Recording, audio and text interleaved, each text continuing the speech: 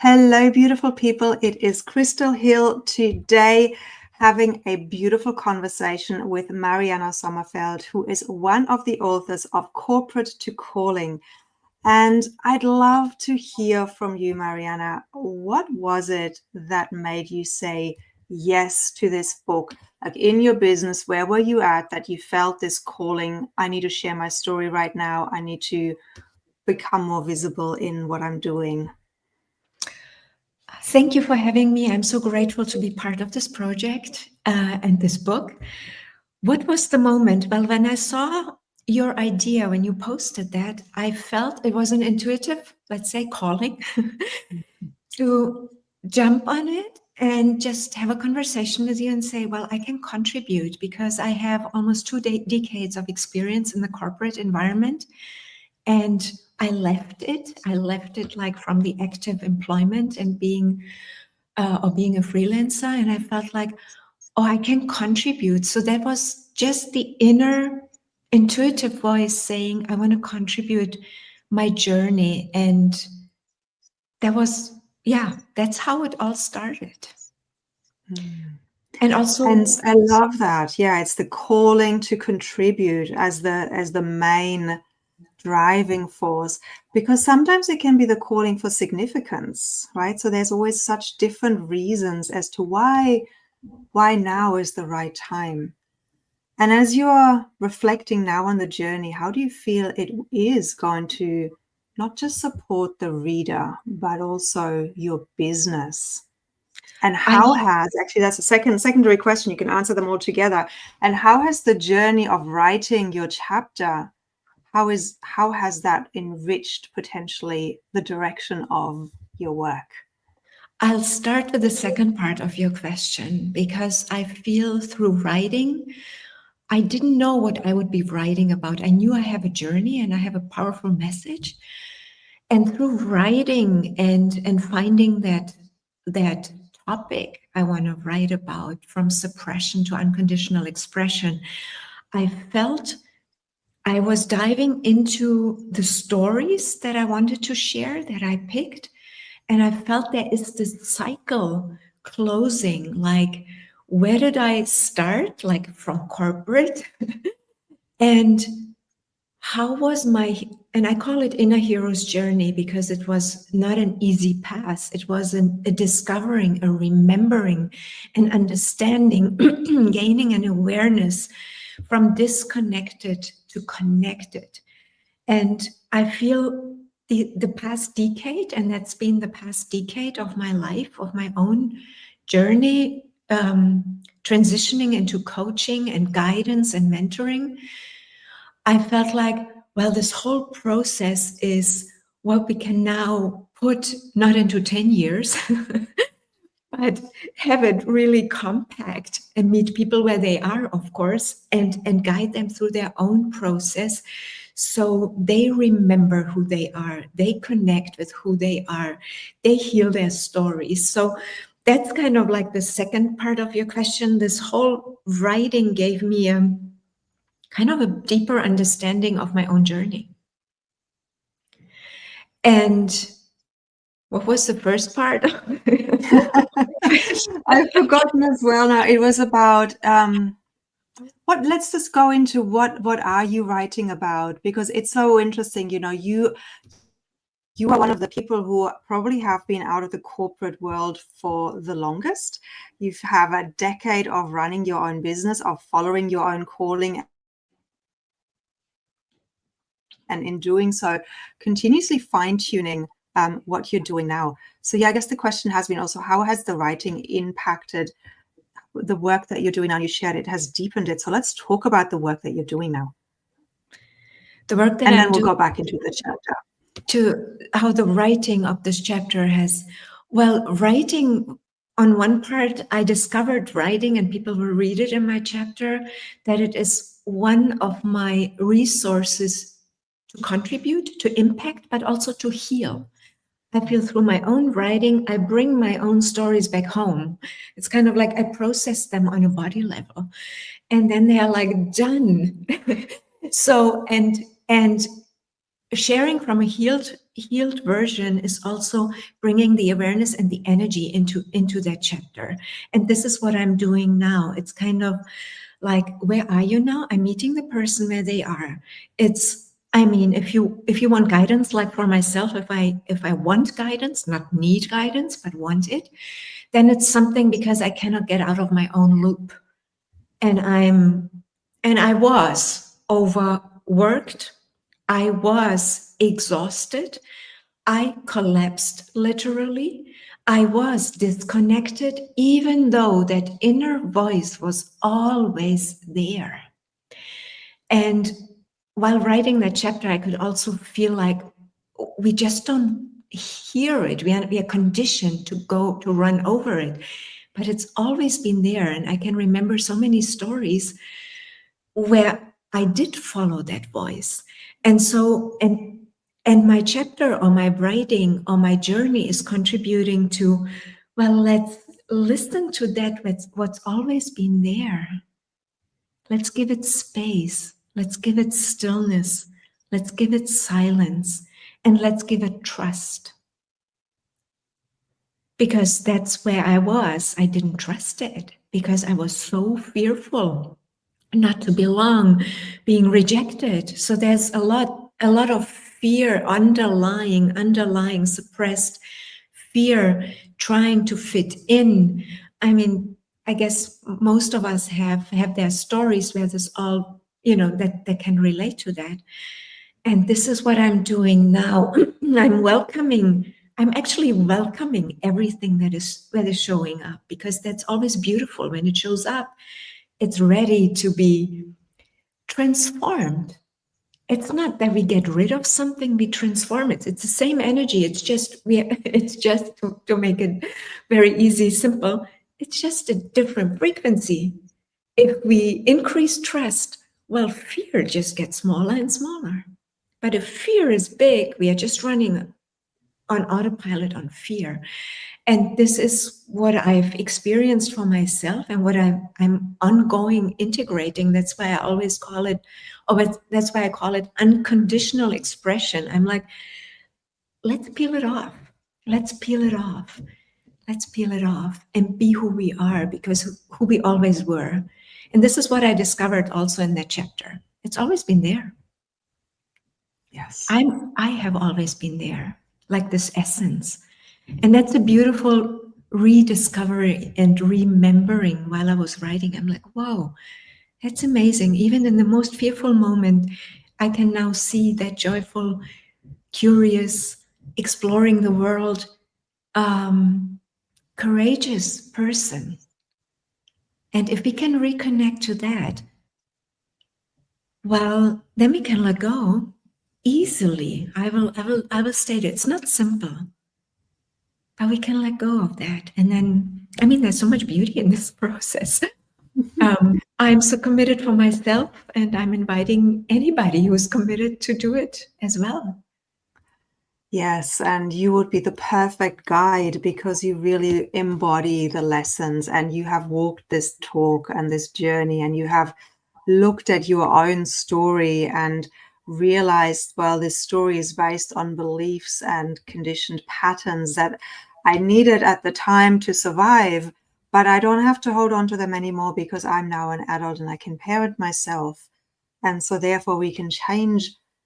The story is always the same, but we can change the meaning we gave what happened, right? And that's what you've been doing. And I think I haven't had a session with you, but just from reading your chapter and the level of awareness you bring to your writing, I know that you will be able to hold somebody else through that process so beautifully. And I loved how you said, if we just slow down enough to listen. And sometimes we need a mirror, right, to help us to slow down. Somebody whose nervous system is regulated, and that's where you come in as a guide and a coach. Yes. And you just said that we need a mirror. I need a mirror. It's not that I'm doing it all by myself, and that's something I wanna also contribute here. while I was writing the chapter and also in the co-creation, like the meetings we had, your development feedback. And I felt like when I finished it for now, what is in the book, I felt like I wouldn't be here without other people. I am putting that on paper, and it's my perspective, and but it's actually a co-creation with many, many, many interactions. No matter if I felt like they were beautiful or stressful or painful, but without all of that, I wouldn't be able to put that on paper the way it is. And I felt like it's coming through me, and it's a co-creation. Life is a co-creation. And that's a big learning for me, because I used to think, that's also a strong belief many hold on to, the overachievers, we have to do it all by ourselves. Until we start integrating how beautiful it is to ask, until we experience that and have an awareness about this co-creation, and it's all connected. And I felt it when I finished, and also in our process, which I enjoyed a lot. It's never just me, it's us. And a coaching session is also us. I mean, I can only guide somebody, if they need to be open. I cannot push. I can push a little bit, but I'm not pulling, but it's kind of meet them where they are and invite them to go to go deeper. And I'm now at the point with the Self-Healing Academy. I think that was the first part of the question, integrating that. I just spoke it out. I'm just creating a new company. So it's not transformational guidance and coaching anymore. It's beautifully being integrated into the Self-Healing Academy, where we learn that we can heal, where we are our own healers, teachers, students, with others, and that we all have it within us. We have the truth within us. And this is a beautiful synchronicity now that this chapter is now going live, like being visible. And the Self-Healing Academy is in its creation process. Exactly. Yes, I'm loving this idea of the Self-Healing Academy and how you can be the mirror, and how when one person, and this is why I love group sessions so much, is when one person shares their insights and their breakthroughs or their challenges, we all resonate on some level and can identify and take a piece of that, because as within, so without, with all of us. And so you sharing your journey in this chapter will help a reader to deepen their understanding of their own story, simply because you've done the reflection on your story. But the universal themes, they're all the same. Like, we all feel rejection because there are these fundamental core needs that we all have, the need to belong, the need to be loved, and the need to, there's another one that escapes me right now, belonging, being loved, and something else, I think being safe, I'm not sure. That I learned this in my coaching training 17 years ago, so it's a bit rusty because I don't use it every day. But these core human needs, right?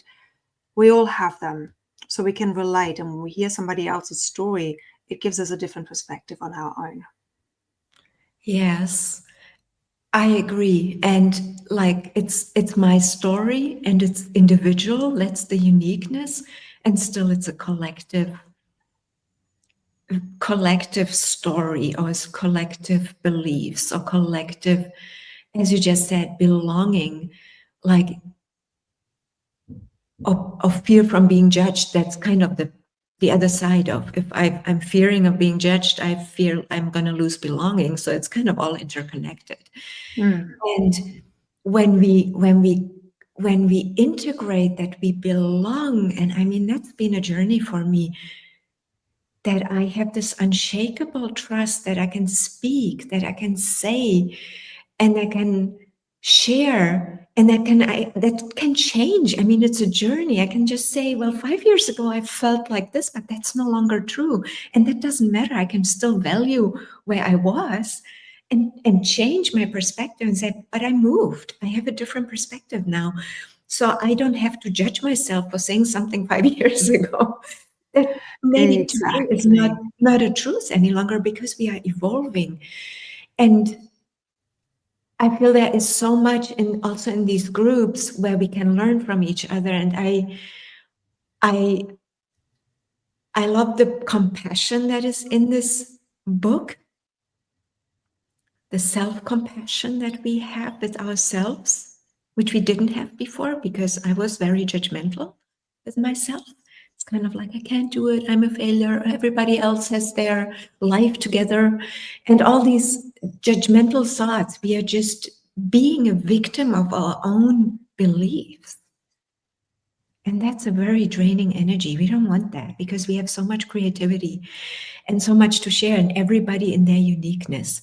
And if we bring that together, like in that book, this book is a beautiful living example. Let's bring that together and let's see what we are lifting up together.